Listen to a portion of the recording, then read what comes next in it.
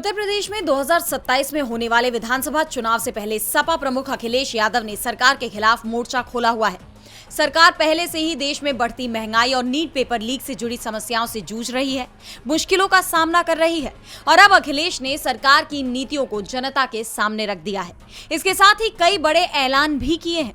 अखिलेश ने युवाओं को लेकर चिंता जाहिर की और उनसे वादा किया। लीक है, एग्जामिनेशन में से पहले ही बहुत सारी बुराइयां आ जाती हैं, बड़े पैमाने पे बच्चों के एग्जाम नहीं हुए हैं।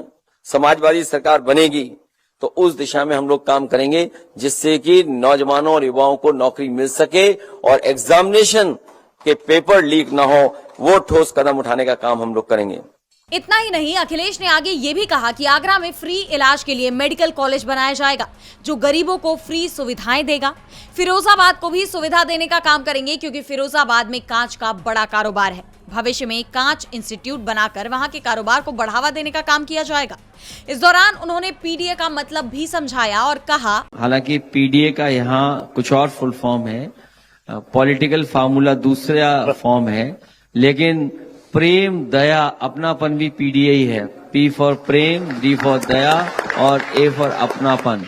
जितना हम लोग प्रेम दया अपनापन लाएंगे समाज में, उतना ही हम लोग आगे बढ़ते जाएंगे। अपने इस संबोधन के जरिए अखिलेश यादव ने जनता को साधने की कोशिश की है, साथ ही आगरा के विकास का दावा भी कर दिया। अखिलेश ने कई बड़े ऐलान किए हैं। अब देखना यह होगा कि उनका ये दाव कितना कारगर साबित होता है।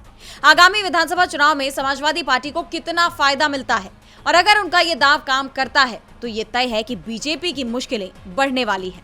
डीबी लाइव की रिपोर्ट।